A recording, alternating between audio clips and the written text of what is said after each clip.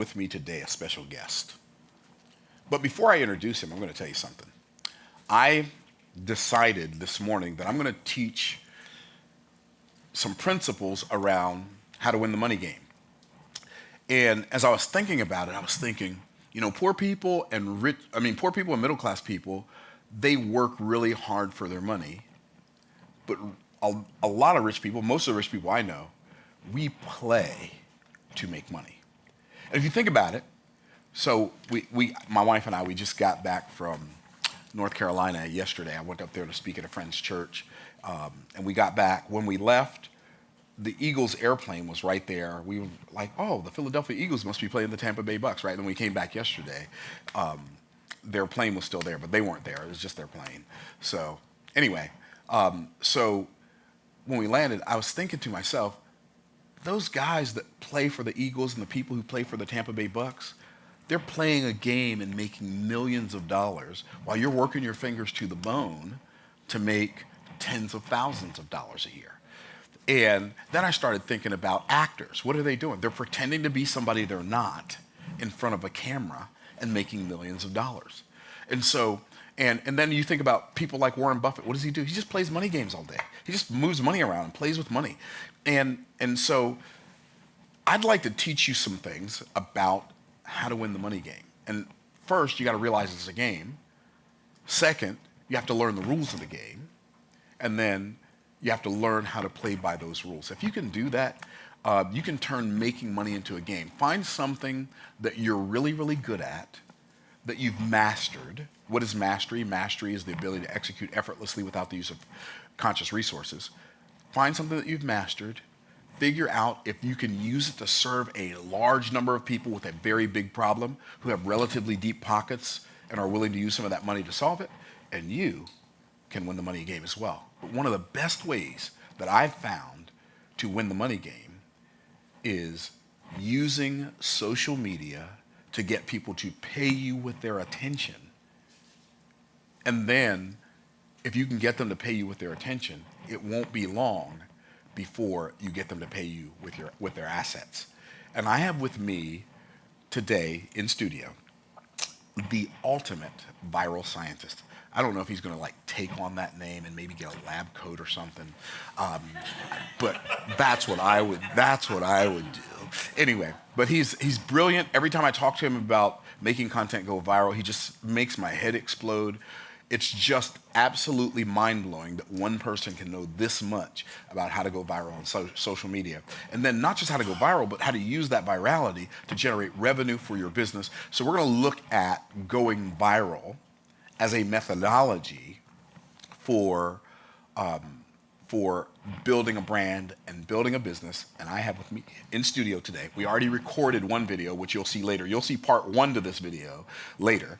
I have none other than the multiple-time best-selling author of 1 million followers, because he got 1 million followers on Facebook in 30 days, author of Hook Point, and now the author of his new book, The Guide to Going Viral, Brendan Kane. Brendan, glad to have you here today, brother. Thank you. All right, appreciate it. Give it up for Brendan, y'all.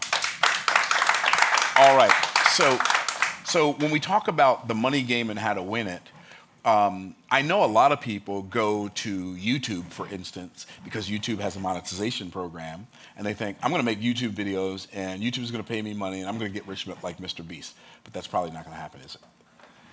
You know, I think the best place to kind of start off with the money game and how as it pertains to social media is kind of set the stage of like what's possible with social media.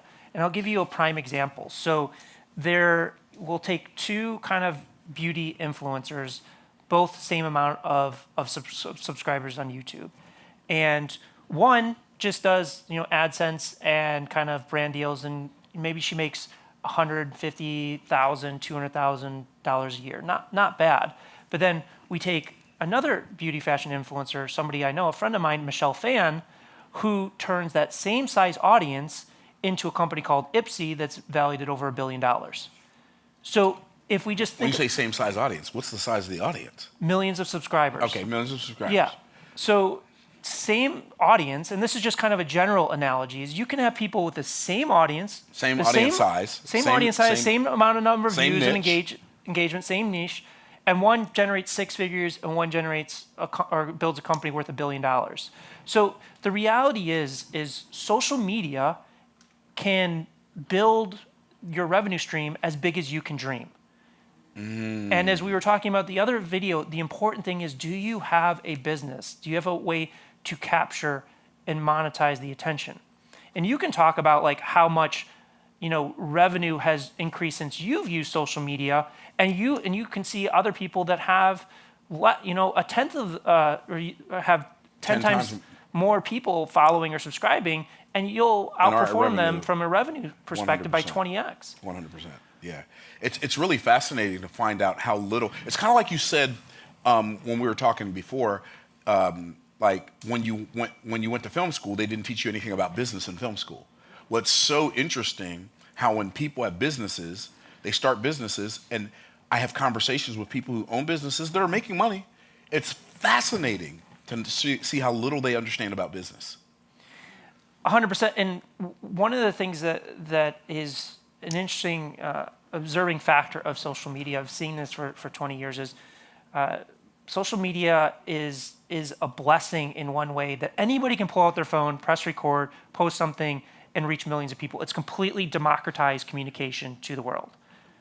You don't have to have millions of dollars or a huge team or anything to reach millions of people. Anybody can literally do it. The downside is, like you said, nobody's really teaching the fundamentals of, A, how do you actually do it consistently, but B, what do you actually do with that audience attention once you get it? Yeah, so good. So it's interesting to me.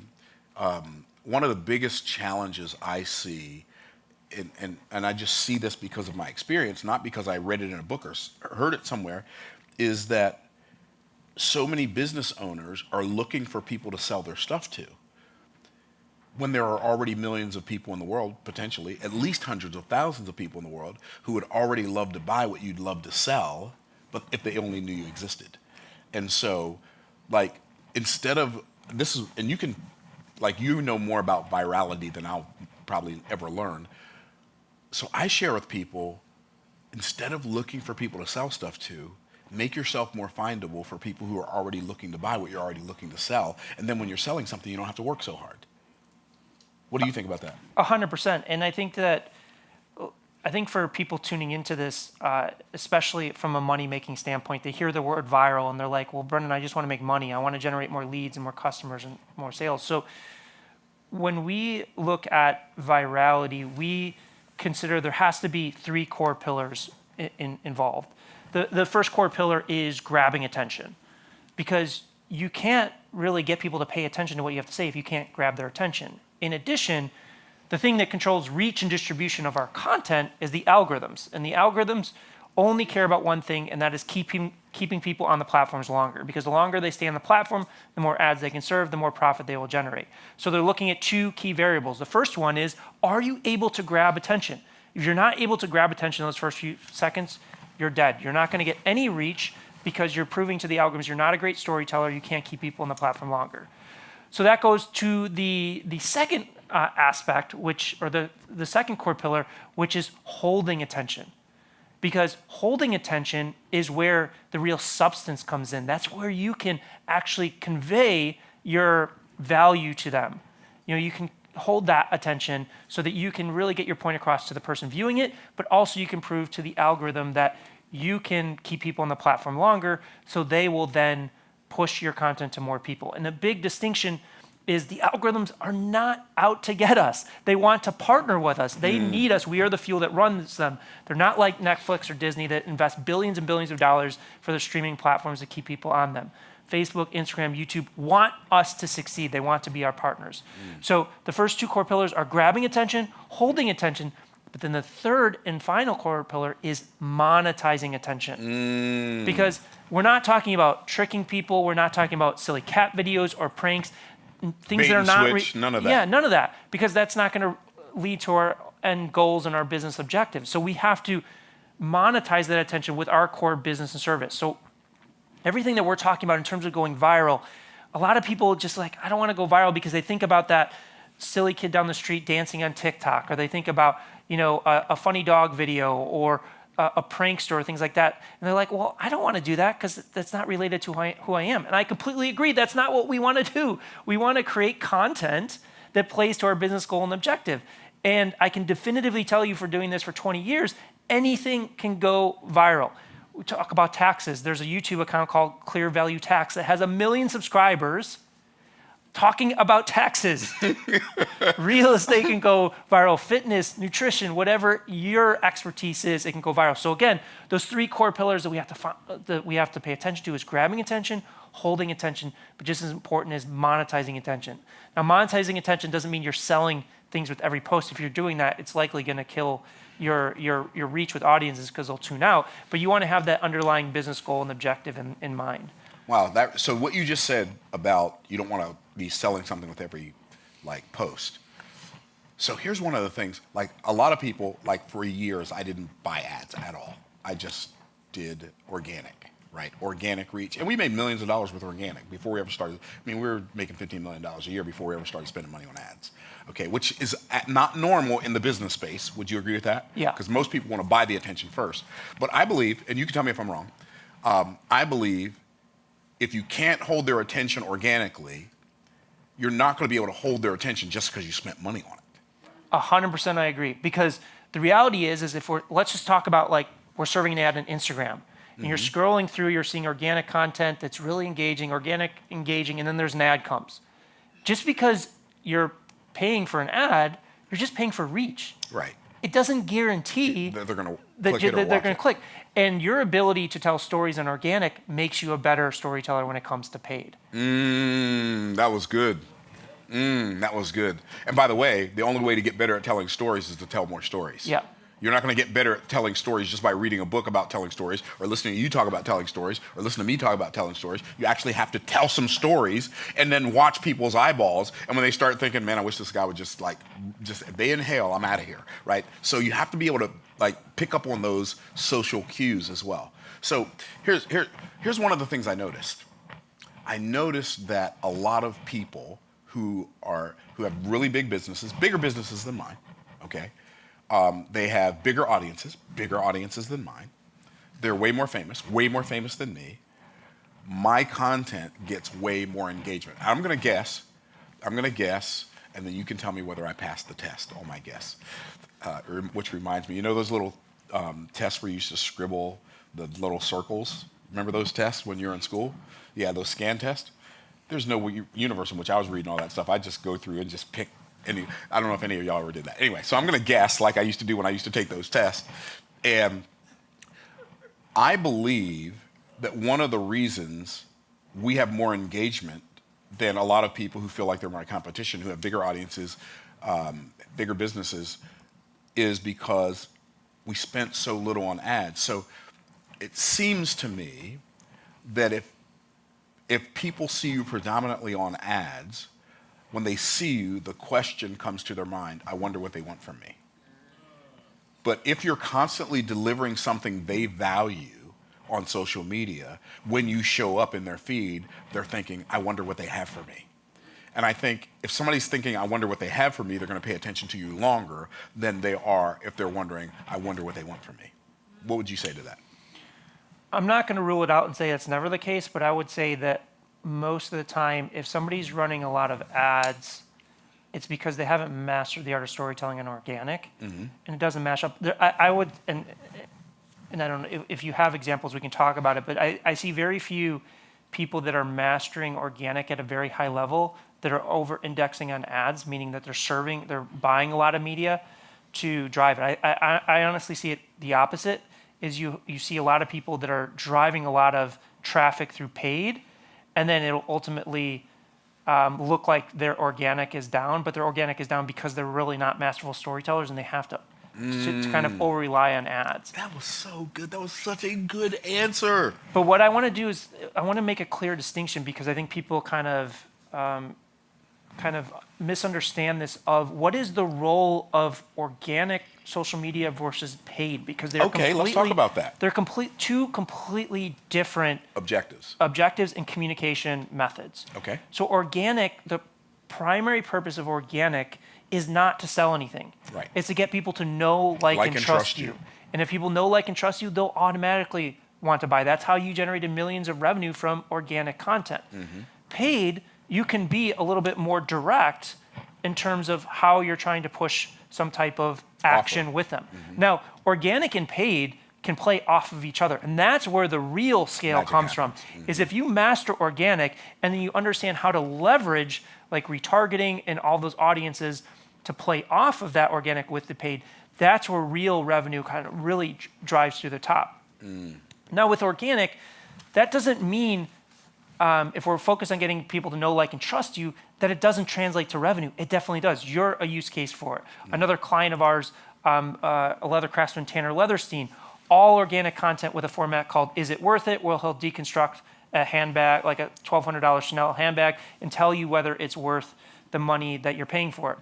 Prior to that format, he was at like 2,000 followers. He's paying all of his traffic was paid traffic, like Google pay-per-click, and he was generating about 10,000 visitors a month. But with that format, and if you watch it, there's no calls to action in any of his videos. There's just a link in his bio. And through that, his organic traffic jumped from 10,000 to 100,000 visitors a month, and his most expensive products were selling out because he built so much trust and credibility with his audience through that communication method of using organic to build that trust and credibility with the audience.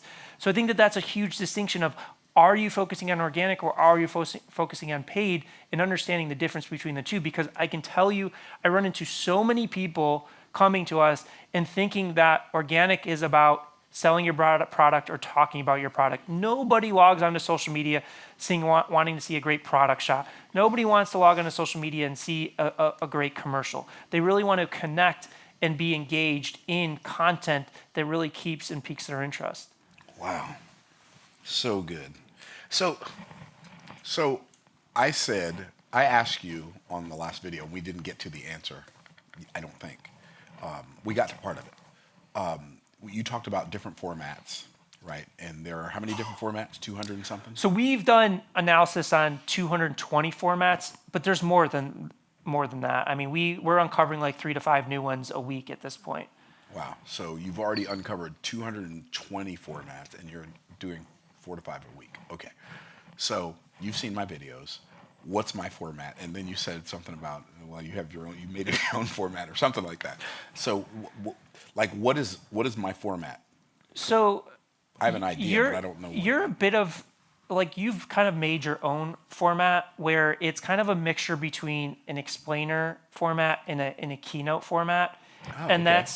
and you kind of merge the two. And I think that that's where I want to go in our work together is kind of look at some elements of either kind of really diving into the explainer side or diving more into kind of the public speaking side and dialing in kind of those specific elements, because you've done an amazing job and your success comes from your understanding of how to effectively communicate. Like, you've been studying communication forever. Like, you're a master at communicating. A long time. So it translates. But for most people that don't have that level of experience with communication, they need to start with a bit more of a baseline of a format, and just to kind of introduce that kind of further for people that haven't watched the other video because it isn't out yet. Is a format is like a storytelling structure to deliver your message. So an example that we talked about in the other video is man on the street. Like, you were just on a video that generated 70 million views. What is man on the street? Somebody approaches a random stranger on the street and interacts with them in some way. You were on School of Hard Knocks, where they interview successful people and break down that success. There's many different versions of that. There's another one called 2 Characters, 1 Light Bulb, where the same person plays an expert and a novice, and they break down a misconception about a subject. That seems like it would be so much fun. It is. It's a lot of fun. So like Erica Kohlberg has killed it with that format with legal, but it's used for finance, nutrition, diets. Dr. Julie Smith uses one called Visual Metaphors, where she's breaking down subject matters like PTSD, anxiety, panic attacks, using visual metaphors to tell that. So those are just examples of formats. There's hundreds of these formats available, and we always recommend choosing one that you're truly excited and passionate about. We never force a format on somebody, but we're just talking about a format to show that there's a clear blueprint to success. Like, if you think about, again, I started in the film industry, went to film school, Any film made in the past 50 years all uses the same format. It's called the 3-act structure. It doesn't matter if we're watching Star Wars, Harry Potter, Friday the 13th, Oppenheimer. All of those movies are using the same structure. If you think about Steven Spielberg, one of the greatest storytellers of our lifetime, he doesn't reinvent that structure each time he makes a movie. He's perfecting the nuances of it. Now, most people hear about trends, and people tell you, do a trend. What is a trend? Well, if you think about like one of the most popular ones back in the day was the Ice Bucket Challenge. Everybody was involved in that. Does anybody do the Ice Bucket Challenge anymore? No, because it died out. And that's the difference between a trend and a format. Trends are very fleeting. And if you keep chasing trends, how are you going to master the nuances of communicating through these mediums if you're just chasing the ball over and over again? The other analogy I can say is like, let's say we want to learn a musical instrument. But one week you started with the piano, the next week you started with the saxophone, and then you were the flute, and then you were the xylophone. Yeah. Are you going to be good at any of those instruments? No. So that's the power of a format, is we choose that format and we perfect the nuances of how we use that format to communicate with the world. That is so good. So it seems like, well, let me ask you a question, because you said all movies use the 3-act structure. What are the 3 acts? So there's basically an inciting incident in the first few minutes, like the actor, Main character has some the kind of main problem. character experiences some type of major shift in their life, and then there's a plot point twist in the first act that leads to the second act, where they're going through different elements of challenges and struggles before that final third act plot that hits, and then there's a climax in that third act, and then the resolution at the end of it. So within that structure, there's a lot of nuance that can happen. Like if you think about like Harry Potter versus like Jaws, they feel like completely two different movies, but they're using that same structure to kind of the story that's being told. Wow, so good. So I have a what's the word I'm looking for? I think that you can be, like you talked about before, you can be your authentic self, use a format, and still your content can go viral. So I have a unique niche that I discovered, right? In that I teach business based on biblical principles. That's not that seems to be a strange combination until somebody hears it, and then it's like, oh, okay, well that makes sense. So how important is it for a person to remain who they are while they're exploring which format to use?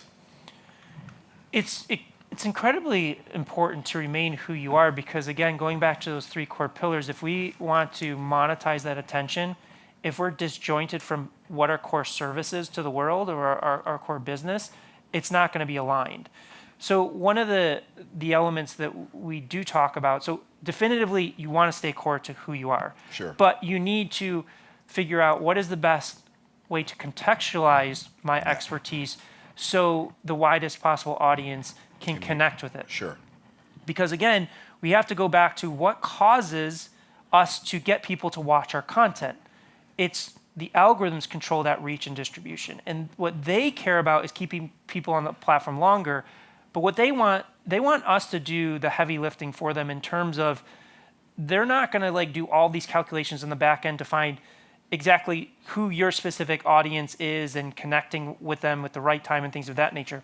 They want content that they can see to millions of people and still hold attention. And then let people raise their hand and say, hey, I like this. Exactly. So the real goal is how do we stay true to who we are, communicate to our core audience, but also make what we're talking about interesting to the wider population. So to give you an example, there is a luxury real estate agent, Ryan Serhant. He just had a show on Netflix, but I can definitively tell you he's successful on social media because he understands social media. It was well before the Netflix series. And if you think about him, he's selling $15 to $250 million properties in Manhattan. You can't get more niche than that in terms of who you're trying to reach with your subject matter. Yeah, for real. So he has a core audience that drives his business. But what he understands is the mastery of this, what we call the generalist principle. So what does he do? Is he does videos on YouTube like, let me take you on a tour of a $7 million closet. Let me take you on a tour of a $250 million ranch. So what he's doing is he's playing to the wide generalist population of, I want to see that video even though I can't afford that. Right. I want to see what it looks like. Exactly. But at the same time, he's generating millions and millions of views on that content. And if less than 1% is his core target audience, he wins and beats out his competition by 100x. Because he's generating millions of views on his content, whereas competitors are probably generating thousands of views. He's even said that he has sold a $30 million penthouse through a YouTube video. So that is the power of virality, playing to the generalist principle, but not losing sight of who he is, what he represents, his message, and his core clientele. Wow. So it doesn't matter. I mean, it doesn't matter what your niche is, as long as you have a real business that's already viable, right? That matters. You got to have something actual. You have to be able to provide value for somebody other than yourself. But apart from that, pick a format that resonates with you, and then be consistent in that format and work on getting better at it, and you should be able to reach more people. 100%. And an interesting, some of the work that we did together was initially do an analysis on your thumbnail and headlines. And one of the aspects that is kind of an easy lift for your channel is look at your most viewed videos and your least viewed videos, and then just go create 3 new thumbnail and headlines for your most viewed and least viewed and see what happens to the views after that. Because YouTube has an A/B testing tool where you can test 3 thumbnails and headlines at the same time. And that can give you clues in terms of going forward, how to contextualize the content going forward, to see what the impact is in terms of shifting the messaging in a subtle way to see if it drives up the performance. So good. And for those of you on YouTube who are watching right now and you're thinking, why are they talking so much detail about like a format and going viral? Here's why. Because if I were to ask those of you who are watching on YouTube or anybody in the studio today, how many hours are in a day, what would you say? You'd say, well, there are 24. And I would say, it depends on whose day. What does that mean? Well, there are 24 hours in a day. There are 8,760 hours in a, there are 8,760 hours in a year. And yet, yesterday on YouTube, people spent, let me see here, watch time hours. People spent 10,191 hours watching my videos on YouTube yesterday. People spent 327,200 hours in the last 28 days watching my YouTube videos. And so I'm talking to a lot of people who have businesses and a lot of people who are aspiring to have businesses. And like, in order to have that much attention 20 years ago, and if you were going to buy that much attention on television, it would have cost you more money than you could afford to spend. There are billion-dollar companies that weren't spending enough money to get that much reach 20 years ago. Am I wrong? You couldn't even buy 10,000 hours of focus in a single day. In a day. Through TV. Yeah, in TV. It's like, it didn't exist. Do you understand? When he says the democratization of attention or the democratization of reach, like anybody can reach everybody, but almost nobody does because people don't want to go deep on creating or developing a skill that's valuable enough that a large number of people care, right? So what happens when you do, when you create a skill that a large number of people care about? I'll tell you what happens.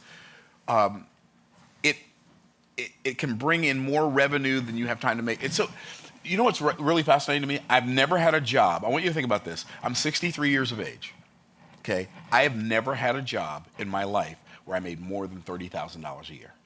Never. And our business, predominantly because of social media,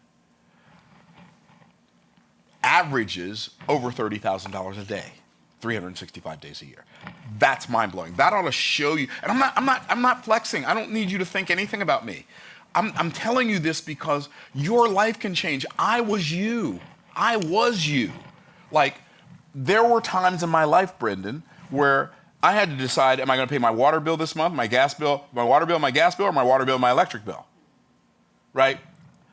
That's not even, like, when I think about that, like, you know, you'd get insurance so you could get a tag on your car, and then the insurance would expire, but you already had the tag, right? You're just, if you got pulled over, now you got a ticket for not having insurance. I remember what it's like to be so poor I couldn't pay attention.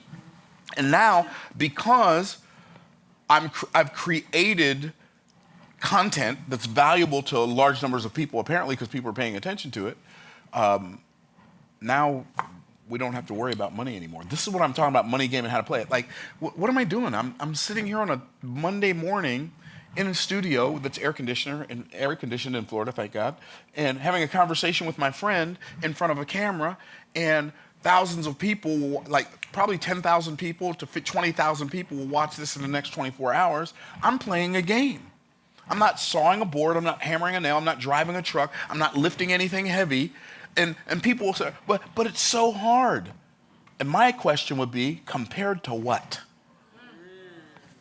Right? I mean, that's the huge thing, is like you just laid out like the power of it, yet people say it's too hard, so hard. Or it's too much work. Right. And it's like, well, look at the return on that work. 10,000 hours in a single day people Right, spent that's with more your than content. a year. Yeah. More than In a a year day- for in a- most in a people they day. can get In to a focus day. on their business. And yet they think it's a lot of work. Well, yeah, anything that you want to be good at takes time and energy and hard work to be good at it. Right, but if you put in the work, 99% of the people in the world that have businesses and brands, especially your competitors, are not putting in that work. Right. So if you put in that work, you will beat them out. You will be in a 100%. position where you can generate more money than you ever imagined. I think about when I first started my YouTube channel, all of my videos were created on a cell phone camera. All of them. That's all I had. Like, and maybe it wasn't even an iPhone, because iPhone wasn't even out. iPhone didn't come out until July of 2007. So like, they were just on whatever camera I happened to have when I first started creating videos. And even when we first like definitively launched our channel, April 1st, 2022, the equipment that we used, the space that we did it in was very different than this, but YouTube paid for this entire studio and then some. So all I'm saying, okay, so I've got a question for you. What I'm doing right now is I'm really doing everything in my power to compel you, like, stop dragging your feet. What if you could have 1 million subscribers? What if you could have 300,000, what if you could have 100,000 watch time hours a month 10 years from now? What if it took you 10 years? Here's the thing, 10 years is gonna go by anyway. You might as well do it. You're gonna be doing something. You might as well do something that matters. So, here's my question for you, Brendan. You wrote 1 million followers. Like, I mean, that's pretty compelling, 1 million followers. But then you wrote Hook Point. Why did you need to write another book? And now you've written a third book, The Guide to Going Viral. Like, what did you feel like you learned between 1 million followers and Hook Point? What did you feel like you learned between Hook Point and The Guide to Going Viral? Or what did you feel like you left out of the first one that you needed to create the second one, and the first and second one that you needed to create the third one? Does that make sense? Yeah, so there's a few different answers to it. One is 1 million followers attracted a very specific audience with its title versus, so 1 million followers and the subtitle is How I Built a Massive Social Audience in 30 Days. And then Hook Point is How to Stand Out in a 3-Second World. And it's just interesting, the dynamic. First, they cover two different things. But first, I've just noticed, and because we just finished doing a rewrite of Hook Point, I spent the time rewriting it, because we just see that they're attracting two different audiences. 1 million followers is kind of more that personal brand that wants to grow, that solopreneur that wants to build their personal brand and scale, versus Hook Point caters to, like, for example, I had a chairman of a $16 billion company pick up that book. That guy is probably not going to read 1 million followers just because of the hook. The same thing we're talking about, thumbnails and titles. I kind of look at it from a book perspective, as there's different titles, there's different covers and things of that nature that will attract different audiences. But in terms of, when we go back to those three core pillars of grab attention, hold attention, monetize attention, Hook Point really focused on how do you actually grab the attention in those first 3 seconds, and also it talks about monetization. But I just saw that 1 million followers, there's a lot of great information in there, and we did have a section about hook points, but I wanted to dive super deep into that, because if you don't have the ability to master that attention in those first 3 seconds, then you can never get to the ability to hold that attention. And then the guide to going viral, the reason I did that is, we've been spending the past 6 years and several $1 million building out our viral content model, and we just didn't have it kind of fully flushed out and formalized. We were just using it with our clients and kind of testing and iterating how to kind of really package it. And that is really almost like a how-to guide from scratch of like how to really use our model, which wasn't really as flushed out, when the 1 million followers and Hook Point books were published. Gotcha. What is the subtitle for the guide to going viral? The Art and Science of Succeeding on Social Media. Okay, so can I give them a little sauce on your book titles? Okay. So a lot of authors, when they write books, they give it a title that they think is clever. I'm going to tell you something. You don't want to be clever, you want to be clear.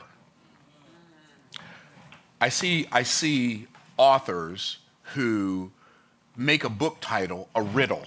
It's the worst idea in the world. You think I've got this great title. It's not a great title. If it's a riddle, it's not a great title. If you're making people use mental bandwidth to figure out what you mean, they don't have any mental bandwidth left over to figure out whether or not they want to buy your book. Okay, so every one of his titles is a very clear word picture. 1 million followers. I don't need to read anything else, but I know what that book is about when I read 1 million followers. I'm like, oh, 1 million followers. I'd like to have 1 million followers. Boom, I pick up the book. Hook Point. It's a clear picture. There is a point at which you hook people. The guide to going viral. Oh, he's going to guide me into going viral. They're all three very clear pictures. What's the subtitle of 1 million followers again? How I Built a Massive Social Audience in 30 Days. How I Built a Massive Social Audience in 30 Days. So now he's telling me 1 million followers, how I built a massive social audience in 30 days. He got 1 million followers in 30 days. I don't have 1 million followers in my whole life. So now that's interesting to me. So notice that the title of all three of his books are a very clear word picture, but the subtitle is a powerful promise. So it's implied in 1 million followers, how I built a massive social audience in 30 days. It's stated in Hook Point, how to stand out in a 3-second world. How to stand out in a 3-second world. That's a promise. You will be able to stand out. When people only give you 3 seconds of their attention, you're gonna learn how to stand out in 3 seconds. That's a very powerful promise. Most people can't stand out in 3 minutes. Most people spend the first 3 minutes of asking a question on what I call a drunkalogue. They just, what happened was, and I said, no, don't give me the background, just get to the point. When you create a book title, it needs to be a clear word picture. Then the next thing, the subtitle needs to be a powerful promise. The third book is The Guide to Going Viral. I know what that book is about. Like, if I have a desire to go viral and I pick up a book that says The Guide to Going Viral, that's pretty compelling. And the subtitle is again? The Art and Science of Succeeding on Social Media. The Art and Science of Succeeding? I'm not just gonna get the art. I got the Mona Lisa and the Einstein? What? Right, so understand, this is not a man who is faking the funk. He knows his stuff. I can tell just from his book titles that he knows exactly what he is doing. Anyway, But I think that what you just laid out can be used for anything. Like, yes. It could be used for a landing page. It could be used for a website. It could be a YouTube thumbnail and headline. And I think people often think of, like, I've designed probably like 2,000 websites over the course of my career. And it's just like, people just think that they're going to spend minutes reading all the things. Like, you need to be able to articulate why are they there, what are they going to get, what's the value, so that they want to go deeper. Like the second book, How to Stand Out in a 3-Second World. Yes, we live in a 3-second world in terms of grabbing attention, but once we have that attention, people will stick with us.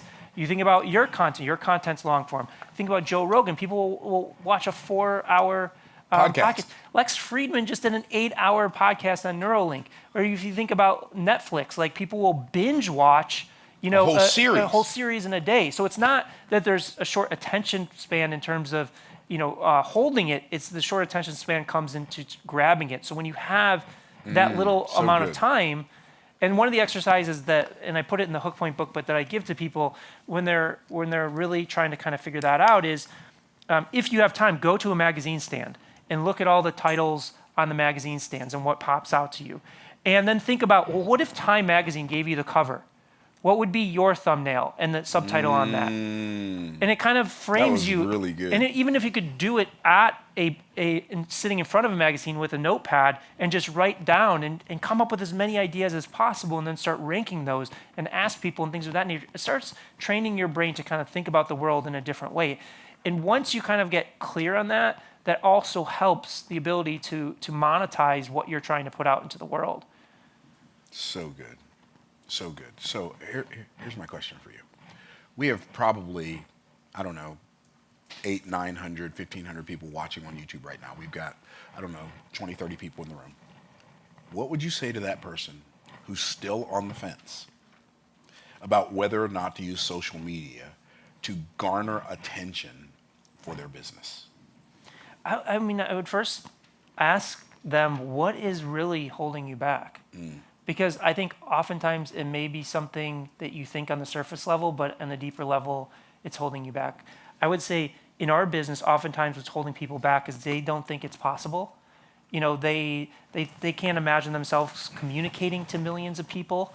And that's where, we talked about earlier is one of the things that Taylor Swift taught me and that she mastered to become one of the biggest global superstars in the world is she understood social media is a one-to-one platform, not a one-to-many platform. Meaning when people are consuming social media, they're watching it on their device, on the couch, or on the bus, or on the train, or wherever that is.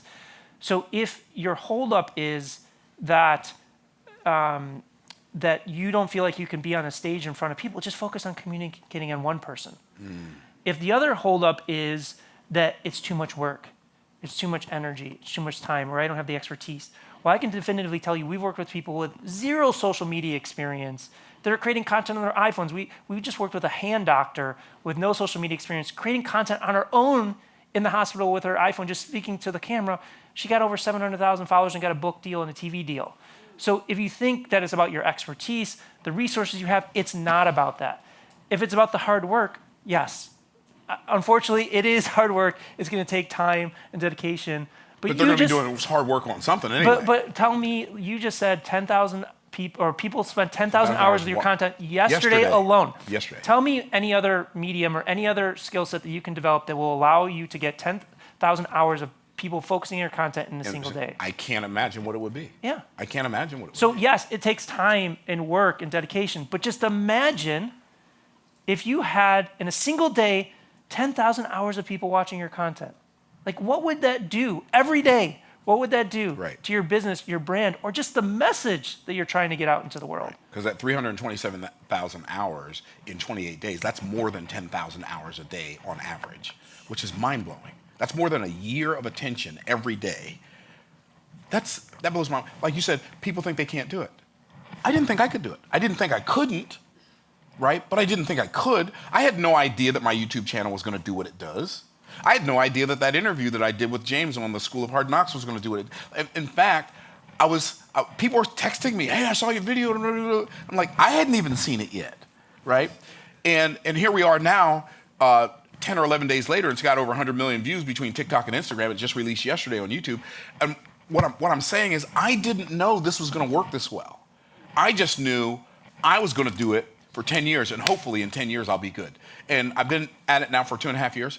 And like, even based on the stuff I learned today, I know, and people are gonna think I'm trying to sound humble, but I'm not. I know I'm not good. I'm not good yet. I mean, I'm good at what I do as a business. I'm good at that. I'm not good at YouTube yet. I'm not good at social media yet, but I'm gonna keep doing it. And I promise you, in 10 years, you're gonna see what good looks like. Because I'm not just doing it to do it, and I'm not just doing it to reach people. I'm doing it because it's something I want to get really, really, really, really good at. And the more I do it, guess what happens? The better I get. I remember when, in 1997, well, prior to 1997, I was a traveling evangelist. So let me kind of give you the mindset as a traveling evangelist. You got 20 or 30 sermons, you're good for 5 or 6 years. Is that too transparent? Okay. So I spoke at this church in Georgia, and they're like, we think we'd like you to come be our pastor. We've been without a pastor for a couple years. You know what one of my greatest fears was about becoming the senior pastor of a church? I got to come up with something to talk about Sunday morning, Sunday night, and Wednesday night, because they had services 3 times a week.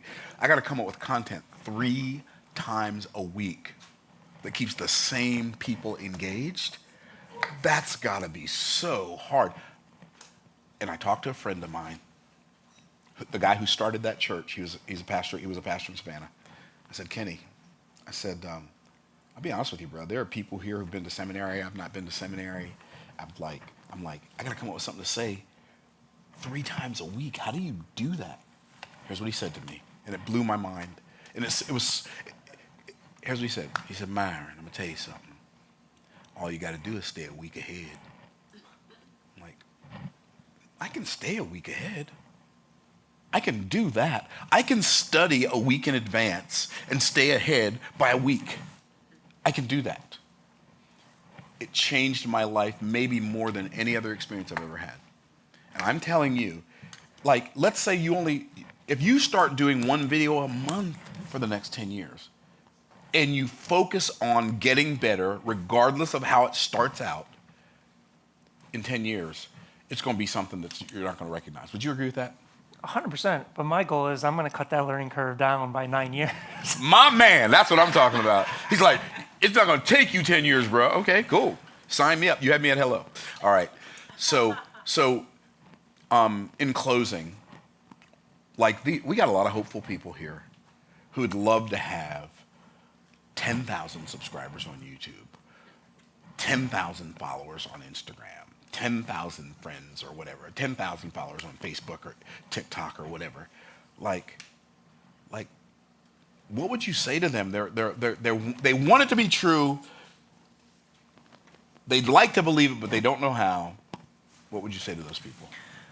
Well, I think the first thing that I would say is, what is your why? Like, what are you trying to achieve? Like, what is your goal with your business or brand? Or maybe it's a personal reason. Maybe you're working a job and you want to get out of the 9 to 5. Or maybe you have your business, and if you could just get an extra $10,000, $20,000 a month in revenue, it would set you free. Whatever that is, write that down on a piece of paper and remind yourself what you're ultimately trying to achieve and what that will do for your life, for your family, for the personal or business goals that you have.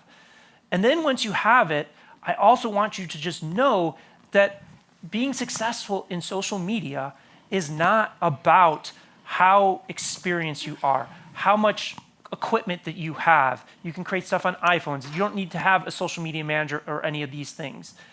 You can start today and be successful. It's just really starting to look at social media and understanding that there is elements to how to craft a story on these platforms. We call them formats. We talked about, with Myron, we talked about the man on the street. We've talked about visual metaphors, 2 characters, 1 light bulb.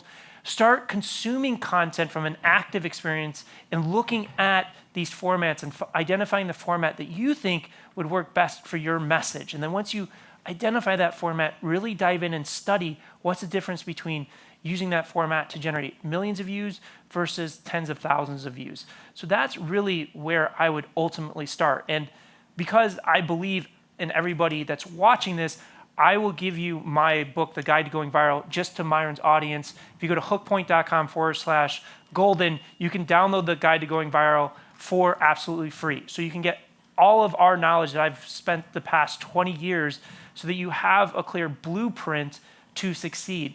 But the reality is you have to understand what is holding you back. What is holding you back from moving forward, putting in the work and the time? Because we've talked about today that you put in that time and energy, it's going to save you a tremendous amount of heartache trying to build a business and trying to find revenue and customers in the long run. So it's going to free up so much of your time, and you're going to have such a bigger impact on the world if you just take that step and you stay dedicated to it.